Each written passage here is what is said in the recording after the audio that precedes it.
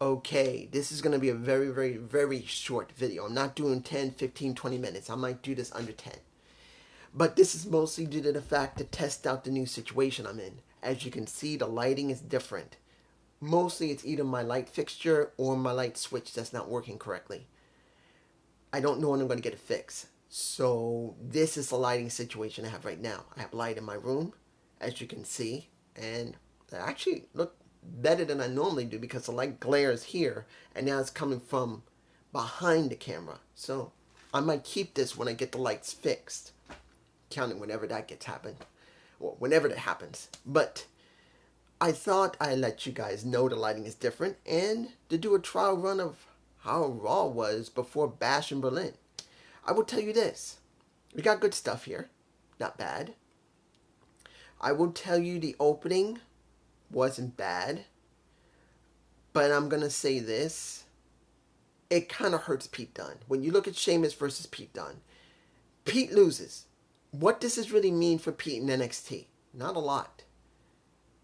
A lot of times what they've been doing was anyone who does double duty from NXT and SmackDown or Raw, usually they don't get booked very well on the main roster. And if they do get booked very well in the main roster, they don't get booked very well in NXT. So him losing here, you don't know what's going to happen.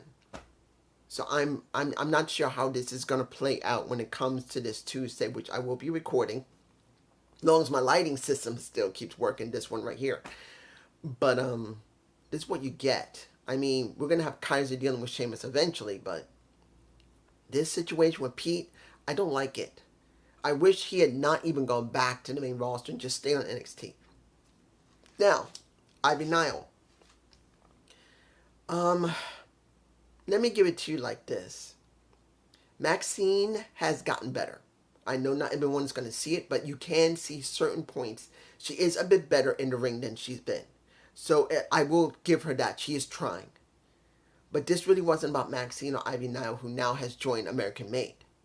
This was about the Wyatt Six basically whooping that ass, and you get to see a little bit of Nikki Cross whooping that ass of Ivy Nile more than Maxine Dupree. Nothing happened to Maxine. She got basically whooped. But this wasn't about the actual win itself. Once American Made came out and once you don't see any more of a Maxine Dupree. She's gone. Next match. What do I actually think about this? This triple threat. Look, when you see Final Testament and you're dealing New Day, I'm glad that Odyssey Jones is working with New Day. Actually, I am. I am actually glad that they're putting some interest in him. But this isn't about Odyssey. This isn't about even Final Testament. The way they seem to be booking this is Kofi and Xavier Woods. That's what this is all about. Kofi and Xavier possibly breaking up. And Kofi either becoming the heel in this, which I don't think they will turn him heel, and Xavier, who looks like he should turn heel, but they're dragging this out so much, you wonder when they're going to pull the damn trigger on Xavier Woods. Because at this point, because you can see Xavier getting pissed off and getting frustrated on the situation in the match when he gets tagged in by Kofi, and he's going like, why are you doing that? I got this. No. And even with Kofi saying, look, the reason Odyssey's here is because we didn't have anybody to back us up. We were by ourselves. We didn't get the opportunities we wanted. We had to make it. Now we're the veterans. We're making the opportunity now for someone like an Odyssey. And you see that a Xavier gets it, but then you see that he's not getting respected. Because look what we're getting. We're getting Kofi treating Xavier like he's an afterthought, even though he's not treating him like an afterthought. And the problem here is that he should have pulled the trigger already. And if they don't pull it at Bash in Berlin, it's got to be right afterward. They really need to pull it, unless they're going to do this at Crown Jewel or Survivor Series. If they're going to pull the trigger on Xavier Woods at Survivor Series at Crown Jewel, that is way too long. They need to pull it now. They need to pull this trigger on Xavier either at Bash in Berlin, or it has to be afterward, the next Raw. It's got to be done. If they don't do it, this makes no sense. Moving on. No DQ. Miz versus Bronson Reed. Due to the fact of tsunami splashes onto a R-Truth. Like what happened to a Seth freaking Rollins.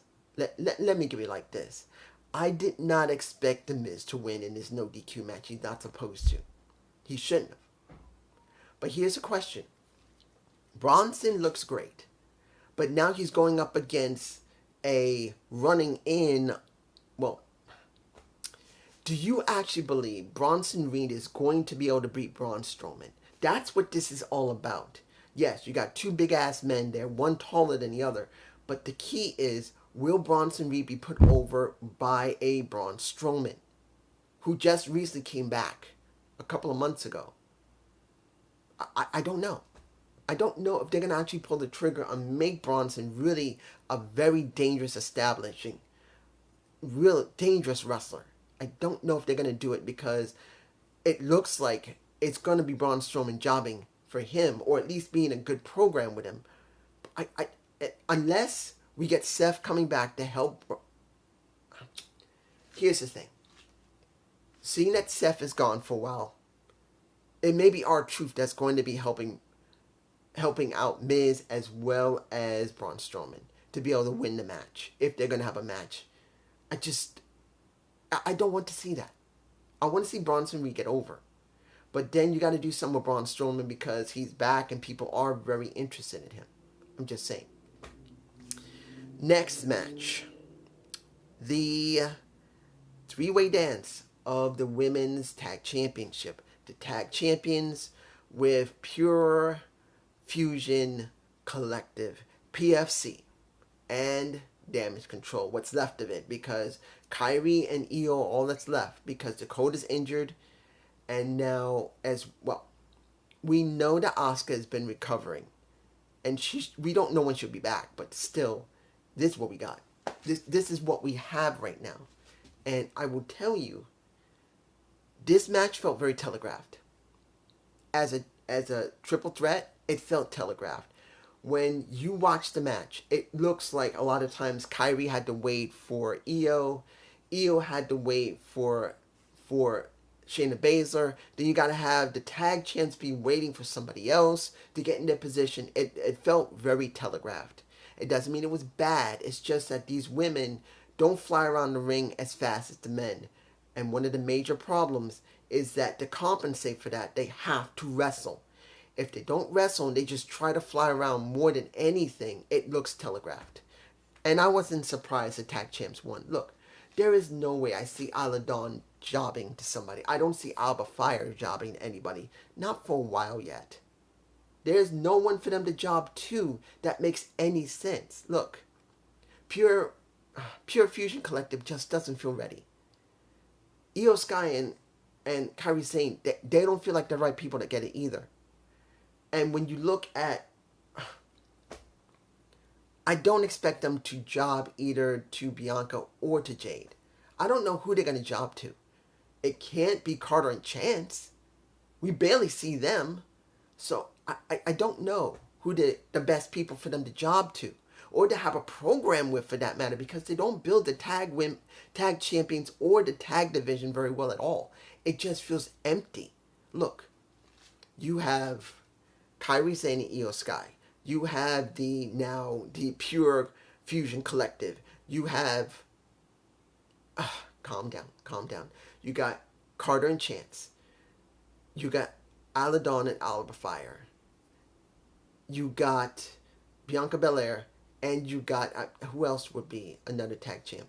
Well, you can also say that it's, well, Chelsea Green and Piper. So that's 7 teams, but they're doing double work.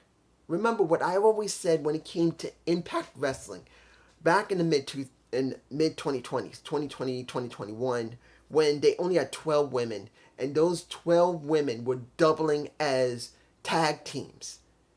It made both divisions look scarce.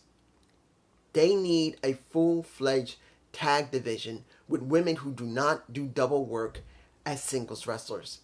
That was the major issue you had with Impact Wrestling, and that is the major issue you got with the tag teams here in WWE. They're doing double work, and it really hurts both divisions. I'm just saying. Okay, let me give it to you like this. What did I feel about the final match? It was fine. Seeing that RKO took out Kaiser was fine. I had no problem with it. And seeing that Ludwig Kaiser made RKO look, well, Randy just look weak, but then he still beats his ass. And when you see Gunther there, I wish they would just call him Walter again. When you see Gunther there, it does help his story. Now, the opening of the show was fine with them both. I didn't have a problem with them both talking and seeing them trying to set something up. Was it? No, not in the beginning. Sorry. Like about the 1 hour mark. It wasn't bad. But I gotta say this. It's a big question if they're really gonna pull the trigger on either letting Randy get the 15th win to be the second in line. Because you got Rick and you got John. I wouldn't mind seeing Randy be a 15-time champ. But do they want to strip that off of Gunther, who just got it? Yes, he's doing great. But do you believe they're going to do it? I don't know. What did we really get with Dom versus Damian Priest? A beatdown. A beatdown of the Terror Twins, which both Terror Twins and Judgment Day talked very well. I didn't have a problem with it.